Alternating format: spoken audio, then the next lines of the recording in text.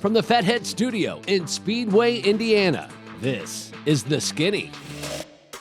Man, am I still pretty? And he's like, you ain't pretty, but you're going to be all right. And now I'm just hanging on, looking at the wall, like flying this way. And I'm like, oh man, I got to let go of this thing at some point. And then there's one that could literally pick you up. Yeah. It's I'm not really sure about that, but yeah. That's called a helicopter. Well, And the last lap was just chaos. I mean, like 4 wide, 5 wide. It's like whatever, if you land it and send it into the fence, you're probably not gonna get hurt. Bounce, and then this insane roll, the car that Keegan was in. I mean, I don't know it's the shape of the Beetle or what, but that thing sent it. So I was the supercharger specialist on my old man's car with Specialist?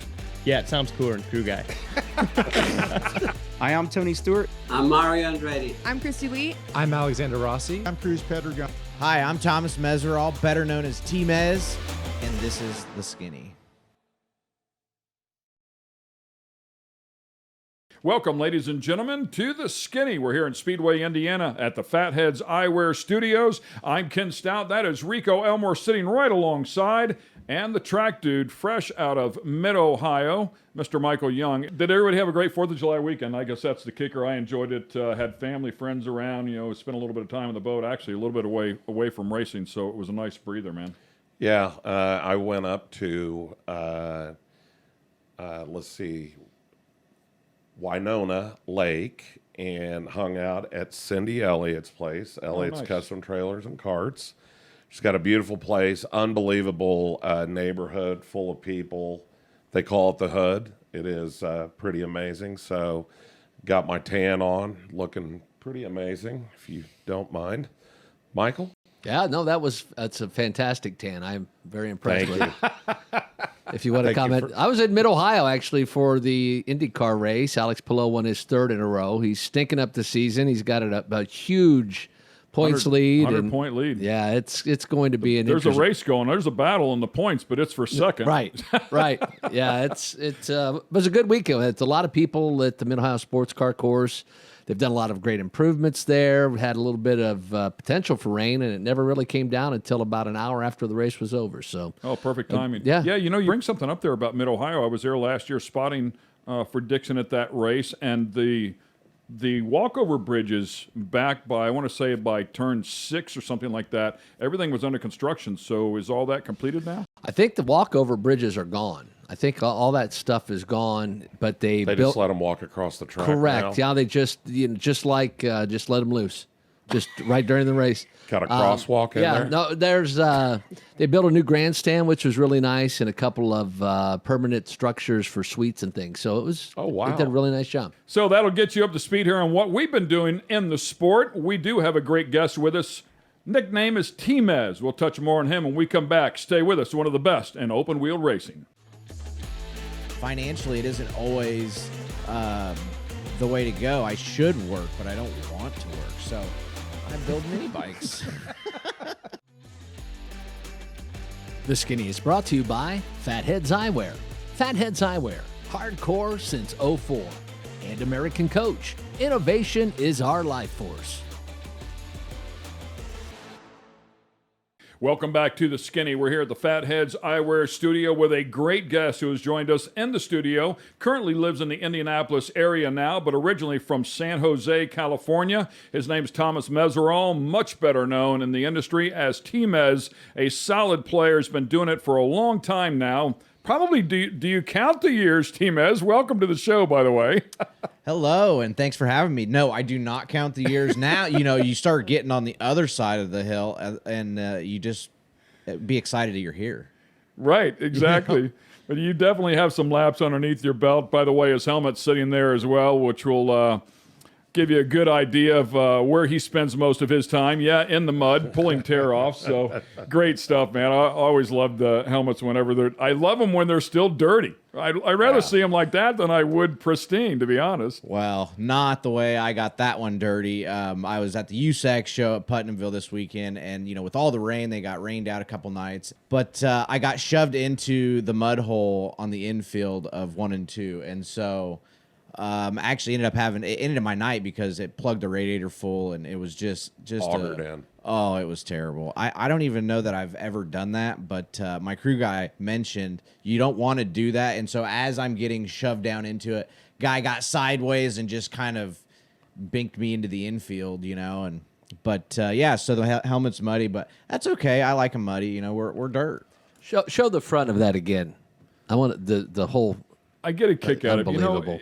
It just never fails. It's like the say it out loud, put it out there, and it'll happen. Yeah. You guys probably would have never talked about that. You said it's never happened before. Never. You Right. mention it one time, and Right. and Hey, you're make in sure the you car, don't and you're get like, down here I there. go. Yeah, make sure you don't get down there. Right. Yeah, and well, that's what I did. So I was praised for getting through the mud hole, but went into the mud hole running 6th, came out running 26th. So pretty much wrapped up my night. But you'll have that. We race like 100 times a year, and so you just kind of like brush off the bad nights and move on to the next night because we race 4 or 5 times a week now, in the summer. So it's been crazy. I think in the last month, I've actually raced 25 different tracks, traveling from Kansas to Pennsylvania. New Jersey, actually. Went to New Jersey. So we've been just kind of all over the place getting helmets dirty. And in between time, are you still building the trikes?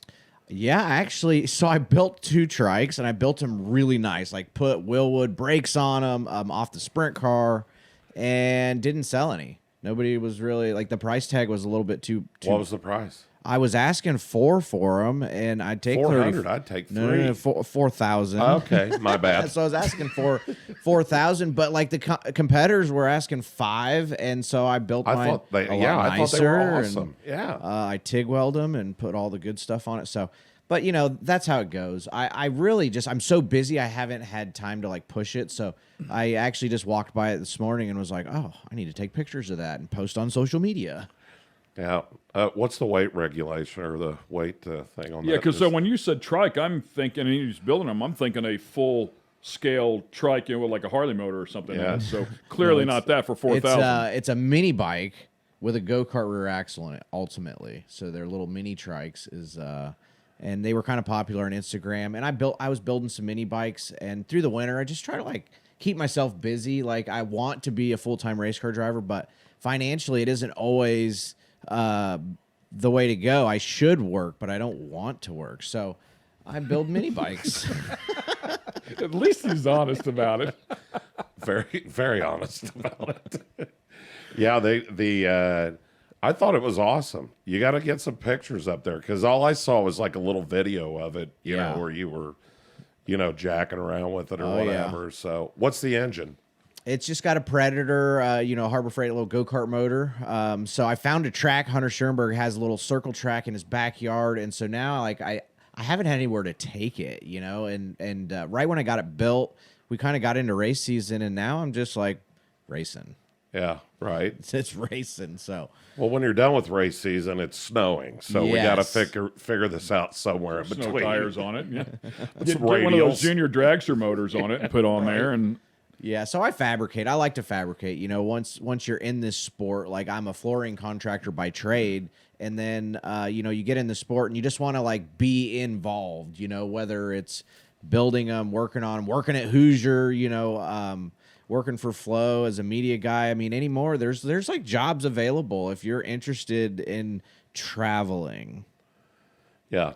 Because you don't travel enough yet, right? Oh, that's throwing it out to the people. Like, if you're interested in this racing gig, if you want to travel, this is come on board. Come on. There's some people that are waiting for you to come. By the way, did you ever answer the question about the weight limitations on the trike? Did I? Yeah, you may have a buyer. No, I honestly don't know the weight limitations, but it's 020 wall. It's thick stuff. They're heavy duty.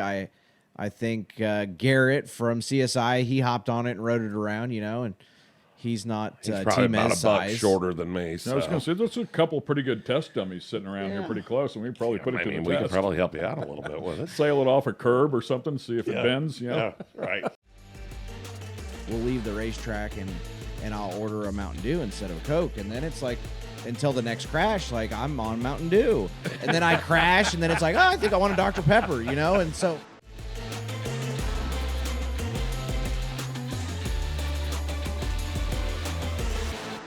Welcome back to the Skinny. We have Thomas Meseraull on the show with us, better known as Teamez. He's been doing it for a long time, going back certainly into the 90s. Yeah. I think you got your first national USAC win in 1999, which, by the way, if this is true, Pikes Peak, and you finished third behind a couple of pretty solid players, one being Jason Leffler and the other one being a Ryan Newman guy. Yeah, that was so at the time, I was a pavement guy. We were trying to go pavement racing with my family. I ran quarter midgets and micros. Then I ran a pavement modified. I ran a pavement late model. Got into midgets because my parents couldn't really afford the late model program, and we had some sponsors fall through, and ended up in that Dino Tomasi midget, which was a car, it was basically a 9-car back then. It had mag wheels on it. It had the Ed Pink Ford, and it was all the good stuff. And so really, man, I was there in a hot rod, and,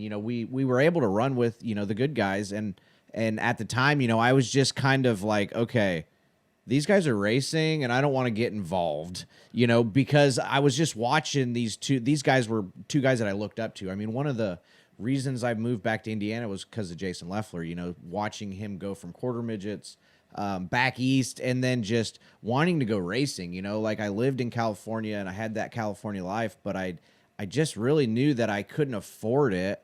My dad's a flooring contractor, and so it's all about money there. And we just ended up going to midget racing, and that's how I ended up back here, was like through the midget thing, and really through maybe even that, because that was like the one big thing that I did up until, my things kind of fell apart, and I was like, I need to move to Indiana and chase this racing dream, this open wheel dream. What year? What year did you move here? I moved in 2007, and I think I was kind of thinking that. I kind of remembered when you finally moved out here, and yeah. So the motorcycles, didn't you ride motorcycles? Yeah, so I was that was another reason I moved from California. I was stunting because like my racing wasn't taking off, and I just needed to be on something. I needed to have the helmet on, shield down, and doing, like my ADD's all over the place. But whenever I have the helmet on, like I'm very focused on what I'm doing, and the street you feel bike. Like you need to wear it in here right now? Or? I mean, I could. I don't think the sound would be as good. But anyways, so I put the shield on, the helmet, and then it just kind of sounds a little different. But so then like everything's good, so sorry about the dirt, guys.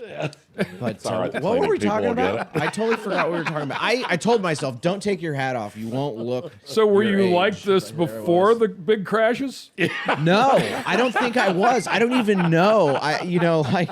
Don't even go there. I don't want people to know I have head injuries. It's been concussed a couple of times. Just a few times. Like, it's funny because sometimes like I'll crash, I'll have big crashes, and then like we'll leave the racetrack and I'll order a Mountain Dew instead of a Coke, and then it's like until the next crash, like I'm on Mountain Dew, and then I crash, and then it's like, oh, I think I want a Dr. Pepper, and so there's definitely something to the full containment head deals, like they're great for making big crashes. They keep you alive. So hands down, like full containment keeps you alive. Han keeps your head on, but your head just sits there and just... You bang the seat I'm hard. a bobblehead. I'm looking at bobbleheads. I feel like a bobblehead in the car.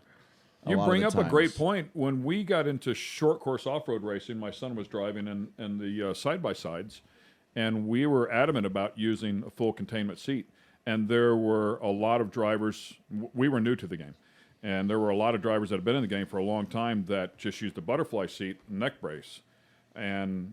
whenever you land off of those jumps, you never land straight. You land right side, left side first, and it slaps your head, so hard that you can literally knock yourself out on the containment seat itself. Absolutely. But if you get into a barrel roll, man, you want a containment seat, so you've got to pick your poison. Yeah, and with our open wheel stuff, like your head can come out of the cages like right here, and Right. so then you start crashing and your head can come out. So that's why you have to run one. But, it's the little things that, as a kid, I didn't know, like I want to be a race car driver, and then you don't realize that down the road, like you're not going to remember a whole lot of things, because you just bang your head a lot, but I'm in the position I always wanted to be. So yay, here we are. Let's do this. Don't worry about it. You make a new memory every day, Oh yes. Like 50 first dates. Keep on ripping. Yeah. Hi, I'm Tom. Groundhog Day, which is sometimes a lot like racing, because it's just day in, day out, on the road with USAC. A lot of the times, it's 4 nights in a row, 5 nights in a row, different states, 4-hour drives in between, maintenance, just trying to stay hydrated, trying to stay, fed. We eat at nothing but truck stops, a lot of people don't realize that being on the road isn't really all that. Right. Yeah. It's carny life. It is. It really is. It is. It's like me and Buckley, we used to be like 150 pounds, and we were following the tour for a few years, and boom, now look at you. Truck stop living, it's good stuff. I think a lot of people don't realize that.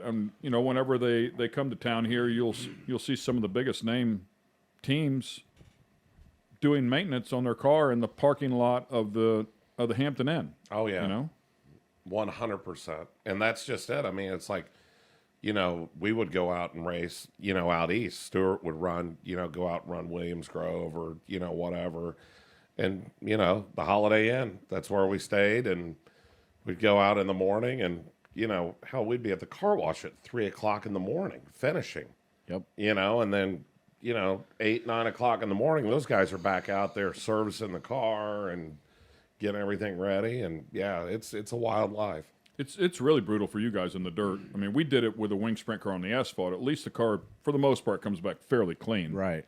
But you guys start off with power washing them, and then, okay, now we get to work on it. Yeah, I mean, just time. Your time. You don't have enough time to sleep and do maintenance and do the travel, and then the apparel trailer. So I got a apparel trailer. You start getting big, and then people want your shirts. Well, now I have to show up at noon to drop the trailer off, and then I'm the last person to leave because I have to wait for all the fans to leave out of the Grand. Yeah, to get the trailer out. So everybody on the USAC tour hates me because I'm physically I'm signing autographs. I'm talking to the fans. I have fans because I stay and talk to fans. That's right.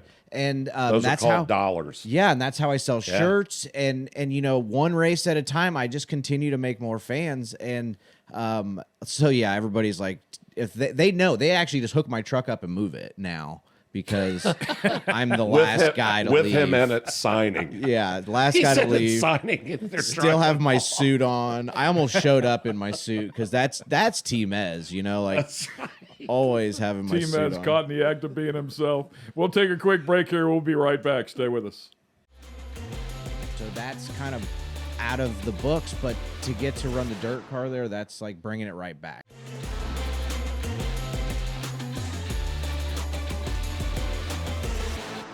Welcome back once again to the Skinny. We're just down the road from that place known as Indianapolis Motor Speedway. We're talking to one of the short track veterans here that chases the USAC dream, along with a number of other series along the way throughout the course of his 20-year career here now, safely 20-plus year career. And speaking of Indianapolis Motor Speedway, I was reading a little bit there. I want to say maybe it was 2021 you were running the BC 39 out there. Of course, in memory of Brian Clausen, a good friend of everybody here in this studio. But, man, another vicious battle going on there. I want to say it was you and Larson were pulling sliders on each other left and right, and then Justin Grant decided he wanted to join the party there at the end, and both of you tried to slide them, and two of them came out, and one didn't. Yeah, that was unfortunate because I got almost used up by my teammate. But on the racetrack, there is no teammates, there's no friends, there's no teammates. And, when Larson's out there, it's just like everybody has to race different because Larson doesn't really race with the thought of anybody coming or anything. He just attacks. It's attack, attack, attack every lap. And as the track goes away, he sees where it's not and he attacks there, And so then it makes me hanging out. My guys know it's wreckers or checkers, when Larson's around, because I don't want to get beat by Larson, I'm as good as Larson. I don't have the opportunities as Larson, and when he comes to play in my house, I have the opportunity, and so I like to get my elbows out of the car extra there. That was unfortunate. So that was 2 years ago. Last year I actually did beat him. but I ran third, and we just didn't have the car. But you know, the BC, God, that is one to want to win. You know, it's at Indy, and you know, growing up as a kid, I'm really good friends with AJ Allmendinger, so I grew up with AJ watching Indy at AJ's house. AJ was way more into it than me, you know, like because he was just like my ADD didn't let me be too into like watching racing, but I always watched the 500 with Allmendinger, and so then coming here, moving here, like then you go to the 500 and it's just like it's amazing, you know, like how many people they stuff in there. Like if you've never been, you need to go, and then you know to get to race there, to get to drive underneath the tunnel and actually get to race there. You know, like for me, I'm never going to get the opportunity to go to Indy, so that's kind of out of the books. But to get to run the dirt car there, that's like bringing it right back, you know. So now I actually have a chance to put my name, you know, somewhere around the Speedway. Yeah, it's interesting. I didn't know that about Allmendinger. That's very cool, and you know, he had his brush with the BS, and I can never be happier for somebody coming out of it the way he did. Yeah. Because you know what? He fought, he clawed, he scratched, and you know what? Came back through, and you know what? He's a stud. He is absolutely tough. And I was sitting there, you know, I was sitting here thinking when you were talking about it, I was like, Teamez and NASCAR. Yeah, okay, that isn't going to happen. But anyhow, because if he was in it, it would be all out. I mean, it would be something else. So love that race. So, and for the fans at home, if you're not familiar with it, so they actually built what is the distance? Is that a quarter mile? Quarter mile dirt track. It's basically on the inside of the back straightaway down towards turn number 3. Yep, by the snake just pit. From the snake pit. Yeah, exactly right. It. And most of the year it sits there and it's not used too much. But boy, when they groom it, it is absolutely. I mean, it is a racy track, man. Every race I've seen out there, it has been on. Yeah, they do an amazing job down there, and you know, I don't know who designed it, but it is racy, and it falls right into my wheelhouse of just back it in. Like I say, ask Scott, back it in, because I'm from California, so I used to hear that as a kid, you know, but I didn't get to watch that. But I do like to back it in, you know. I'm very much back it in style, and that place is such a paperclip. It's my kind of racing. I love it. You know, you get to draw, and they put a lot of hype on it. It's been an amazing experience. You know, Doug Bowles, like, he should be president. That dude is just like amazing, you know, like he's just amazing. He's not, you know, we crashed one year and we're thrashing on a car at 2 a.m. and I'm doing wheelies on the pit bike because it was my teammate. But Doug comes over and gets pizzas for everybody, you know, and makes sure everybody's taken care of, and puts me doing wheelies on his story, you know, and he's just one of the guys. He's a racer's in a racer. Suit. Yeah, You know? right. He's in a suit. I mean, suit. we had him on the show here, and you're exactly right. And for the fans, again, if you make your way out to the Speedway, the president of the Speedway is Doug Bowles, who he's referring to, and it would not be uncommon for him to pull up beside you in a golf cart and say, hop in, where you going, and I'll give you a ride. Yeah. I mean, he is out there. He is hands-on, always has a suit on. I believe a lawyer by trade, if I'm not mistaken. And just enjoys putting the suit on, but he always represents. But, man, he is very hands-on. Yes, and he makes that program, him and Clausen's, of course, they've built an amazing event, you know, a marquee event. And at the Speedway, you know, I don't know who convinced who of getting a dirt track at the Speedway, but thank you. Thank you. And closes it down every night. Well, then, like 5 nights into it, like, I can't hang. Like, I want to go home. I don't want to hang out here anymore, you know? Like,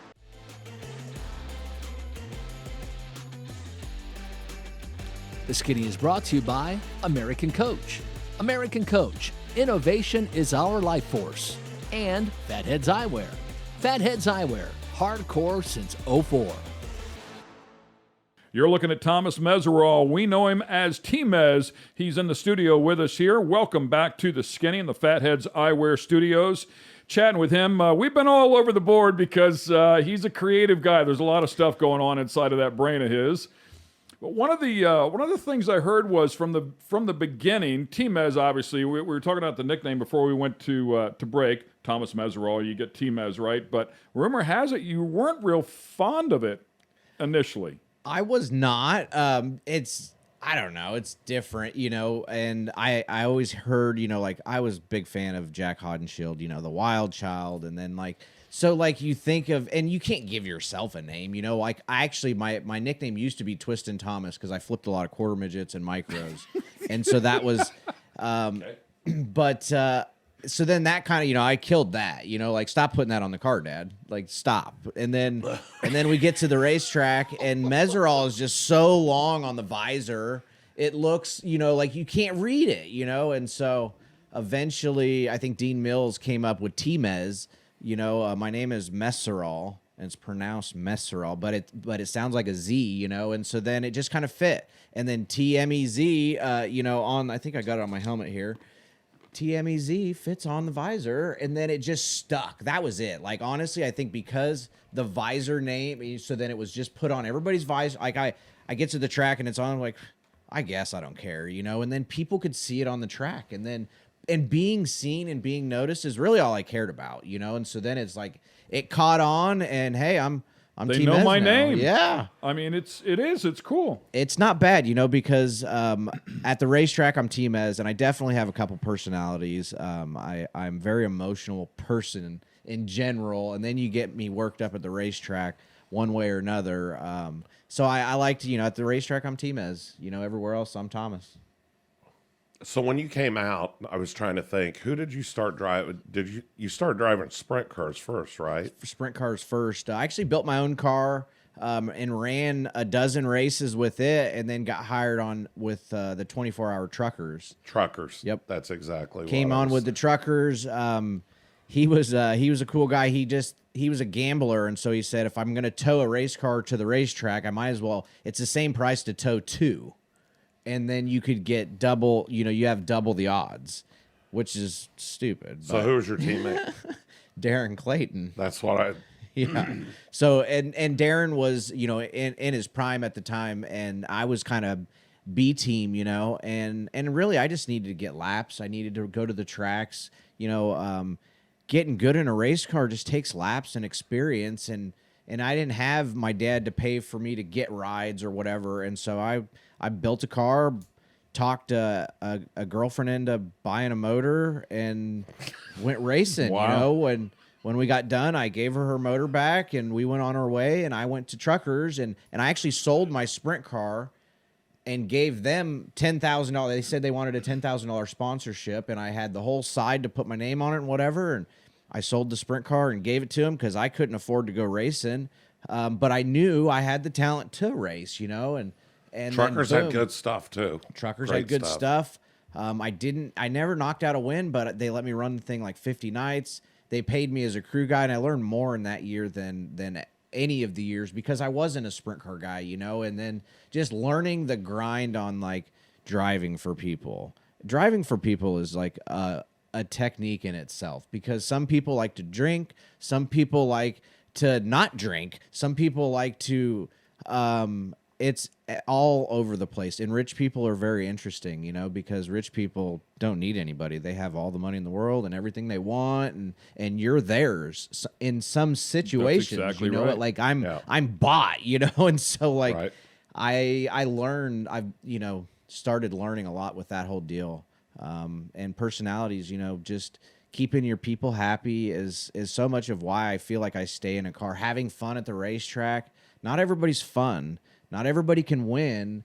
And I feel like I'm a little bit of both. I'm a little bit of fun at the track. I'm pretty easy at keeping my vibe good because if I don't, it's bad. It's bad for the race car. It's bad for the team. It's bad for everybody. It's 100% one direction or It's the bad other. for the race car. Yeah. And that's where the owner's at. It's bad for the race car. So But you're exactly right. I mean, you have to live in that world. I'm the same situation when we go racing with my son. We have to live in that world. We have a guy that owns our team now who doesn't have to live in that world. And he initially was just helping us. We had sponsors, and he was super respectful of our sponsor situation at the time. But once he decided to go, he didn't want to sponsor because he didn't want to have to answer to any of those, I need you to do this or we need you to do that type of thing. He just wanted to run it. And he said, you know what, I'll just pay for it myself. But you're absolutely right. There's a lot of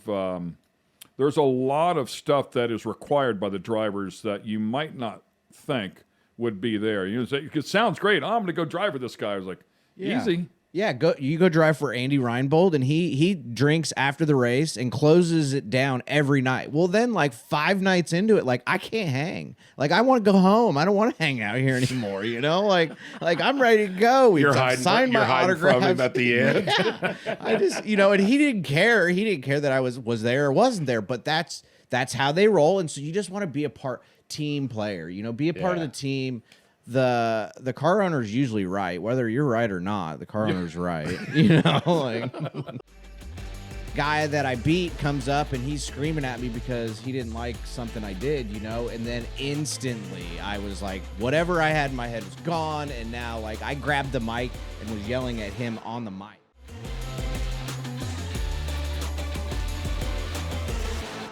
Welcome back to Speedway, Indiana, and the Fatheads Eyewear Studios. This is The Skinny. I'm Ken Stout. Rico Elmore sitting alongside the track dude, Michael Young. And we have Teamez here in the studio with us. While we were at break, we were just chatting about the different drivers, or different team owners, I should say, that he's had along the way. And, man, you've become very efficient. And, of course, non-wing sprint car, wing sprint car, the midget, of course. A lot of different owners, a lot of different cars along the way, and some of those pressures that you, like you said, I mean, some of the owners are like, I'm just out here having fun. We got a good driver. Everything's good. And then you've got the owner where it's results driven and they look right at you and call you out. Yeah. I drive for 2 of them. So RMS Racing, Davey Step, man, it's just, we just have a good time and everybody does their part on the team. And we've been doing it for 4 or 5 years. And we know on the bad nights, you're going to have bad nights, you know, and we just kind of roll with it. And me and Dave, man, that we gel so well. And that's why I've been a part of the team for a while. But then like, I just got back from Pennsylvania and I'm running for Shawn Michaels, and Shawn has won over 100 sprint car races himself. He drove for Zemko and Mike Hefner, and he's been in all the good stuff. So you're not hiding anything from him. No. So I run second, you know, and I get out of the car, and his crew guy's like, he's not happy. He's not happy, you know, and he doesn't come to victory lane either, you know, and I'm worked up. Sorry, Shawn. This is how it goes. I like, hey, just give him the steering wheel. If he can do it better, then he, you know. And then when I get back, Shawn was cool, but I was ready for it, and Shawn is ready to rip my ass if I don't, you know. And in his eyes, I gave one away, and that was a check that I could have put on his wall, you know. And so, but I know that, and you know what? It gives me it actually. So now, like, I've been up on the wheel since I got back from driving for Shawn. Yeah, right. Because like, it's ready to go tear him down now. Yeah, I'm ready. Been in the same spot. So the same team owners, Paul Yaw, and my son are going at it. There's this new car there, and the car won't turn. It just the setup just wasn't right. Honestly, it was a lot of it was just off the showroom floor, but the car wouldn't turn. He's trying to tell Robert, you're going to have to back it in harder. You just got to, you're going to have to do it this way. And he's telling him how to do it right. And they're having this conversation. They're being respectful, but there's not much common ground in the middle here. So Robert goes out the next day and he's doing everything that he was explained that he should be doing. And somewhere along the way, the frustration hit a peak, and he comes across the radio, and Paul's not even on the radio. He doesn't listen. He comes across the radio, and he yells to me. He says, if he thinks he can turn this thing any better than I can, he's more than welcome to jump in here, you know. But it's your emotions are up here, man. They're maxed out. After the race, my interviews, people love my interviews, but I don't even know what I'm going to say because that's the best part. That's why they love your interviews, by the way. I have no idea what I'm going to say. You know, we won one at Macon a week ago, and I'm, getting ready to get out, and we finally picked one off this year in the midget, and the guy that I beat comes up and he's screaming at me because he didn't like something I did, and then instantly I was like, whatever I had in my head was gone. And now like I grabbed the mic and was yelling at him on the mic so that everybody could hear, because I'm not trying to hide it from anybody, and just like let's do this, if we're going to talk. Did you get in the tuck position first, or a little Jack Hewitt going? Yeah, right. No, it was at Macon, though. It was at Jack's track. And that Sure place enough, just, got hit. that place just makes it, it's slide or die, that place. Right, right. So doing some work with Engler. Tell us about it. Yes, been Which is awesome. I love Tim Engler. Yes, Tim Engler.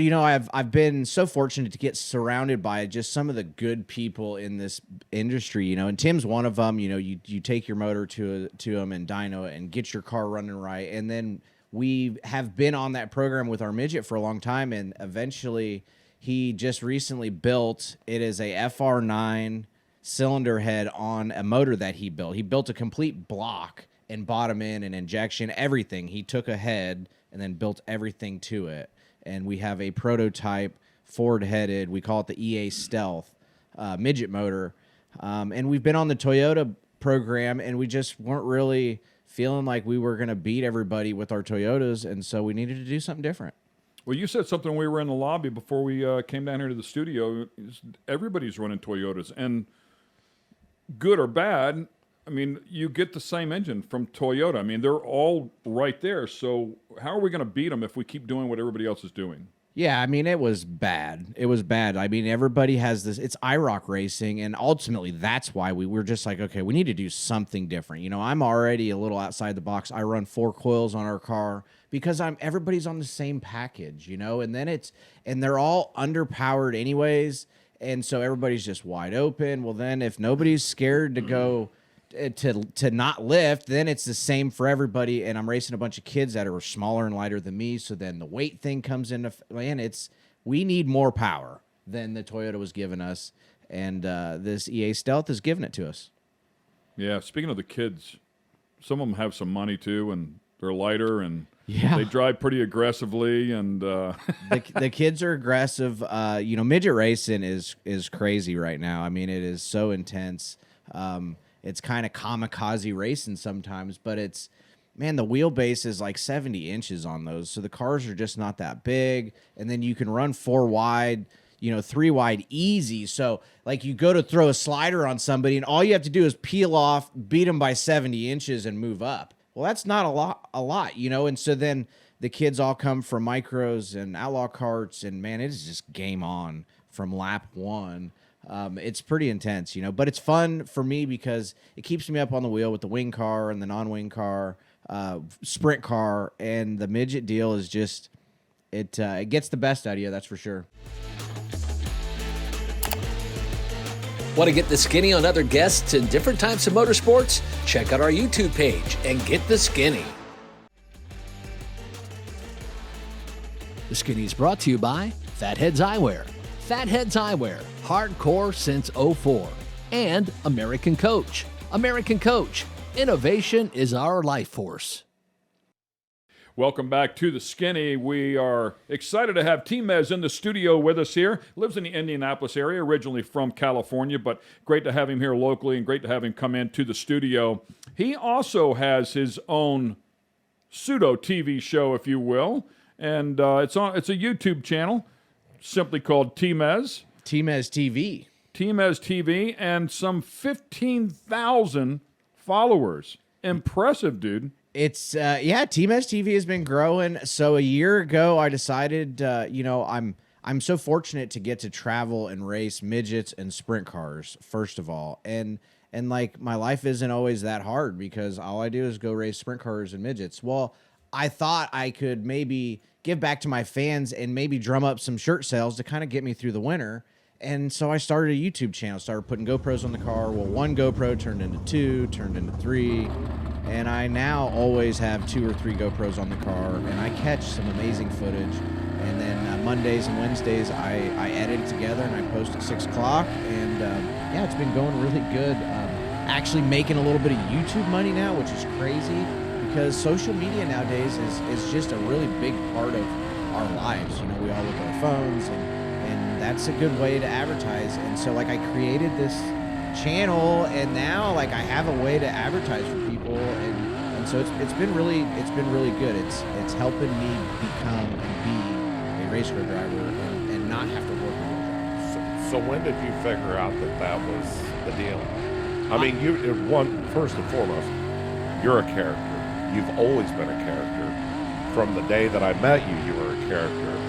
This dude, we would do uniforms and help him out any way we could, back in the day. And I'm telling you, what he said, getting out of the car, there was no telling what he was going to say. He may mention us. He may talk about us the whole interview after he won, or it may never come into the picture, But he had it on, and I loved it. So, but when did that come? When did the whole Teamez TV thing start? My kids watch YouTube all the time, and I follow this guy Gary V, and he pushes like just social media stuff, and like I'm already traveling and doing a lot of things that people want to see. And so then I just started bringing a camera along. Honestly, the hardest part was picking it up and talking to the camera, like while I was at the track, like, hey, Teamez here, and we're going to do it. Well, like doing that was like, I don't know why it took so long to get over that of people staring at me because I'm talking to a camera.